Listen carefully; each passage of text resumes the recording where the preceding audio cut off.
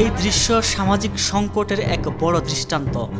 যে অভিযোগে এভাবে তাদের হেয় করা হচ্ছে তা যেমন উপেক্ষা করা যায় না, আবার এমন মব ট্রায়ালও সমাজের ক্ষত সামনে তুলে ধরে। এই যে চারজনকে দেখছেন, তাদের এভাবে বাধা হয়েছে বিবাহ বহির্ভূত সম্পর্কে জড়িত থাকার কারণে। দুই নারী সম্পর্কে যা এবং ধরা পড়া দুজন বন্ধু। এই দুই নারীর স্বামী কয়েক বছর ধরে সৌদি আরবে থাকেন।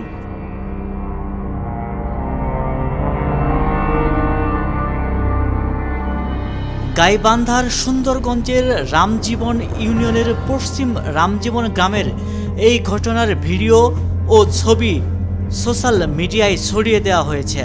হাতে দড়ি ও গলায় জুতা ঝুলিয়ে অপদস্থ করা হয়েছে তাদের।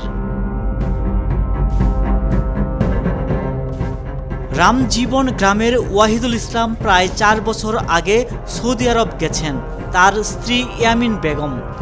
ওয়াহিদুলের ছোট ভাই শহীদুল ইসলাম সৌদি আরব গেছেন বছর 2 আগে। তার স্ত্রীর নাম আরফিনা বেগম।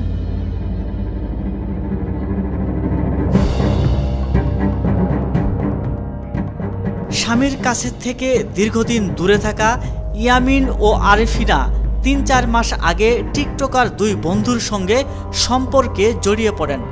ওয়াহিদুল ও শহীদুলের পরিবারের লোকজনের কাছ থেকে এমনটি জানা গেছে।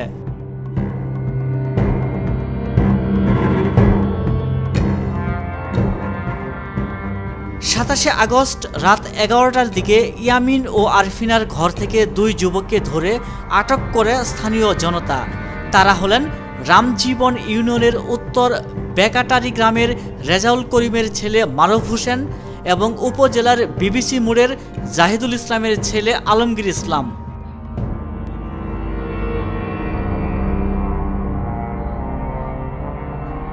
ইয়ামিন বেগমের ঘরের খাটের নিচ থেকে মারুফ এবং আরফিনার ঘরের ওয়ার্ড্রবের ভেতর থেকে আলমগীরকে টেনে বের করে স্থানীয় লোকজন। এভাবে রাতে অন্যের স্ত্রীর ঘরে আসায় মেজাজ হারিয়ে চর মারতে দেখা যায়। মারুফ ও আলমগীরকে ধরার পর লোকজন তাদের জিজ্ঞাসাবাদ করে, তাদের ধমকাতে দেখা যায়।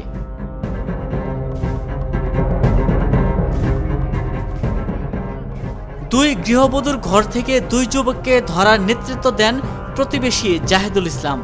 শুনে আসা যাক তার কথা। খেতানা সরাইয়া একটু বাক্সের ভিতরে ব্যান হয়ে শোধে, কিন্তু মানুষের চিনারি দেখা যায়। খেতা সরাই দিলাম, সরাই দিয়ে দুপুর করে ফলাইটা ধরলাম, ধরে বাকি 3 জনের কাছে দিলাম, দিয়ে এখন ওই রুমে যাবো, ছোট ভাই রুমে যাই। এখন ওই মহিলারা বলতেছি তুমি ওভারডোরের চাবি দাও। কেন? চাবি আমার বাবার বাড়ি। মহিলা বলতেছি, আমি বললাম না, চাবি তোমার কাছে আছে, আর তুমি পোলা রাখছো ওভারডোরের ভিতর, হ্যাঁ আলমারি আর কি কাঠের, তাকটা না চাবি নাই। আমি বললাম তাহলে এই পাল্লাটা ভাঙা হোক, এই পাল্লার ভিতর আছে লোক। তখন এই কথা বললাম, পরে চাবি বাইর করে দিল, তালা খুলি দিল অটোমেটিক।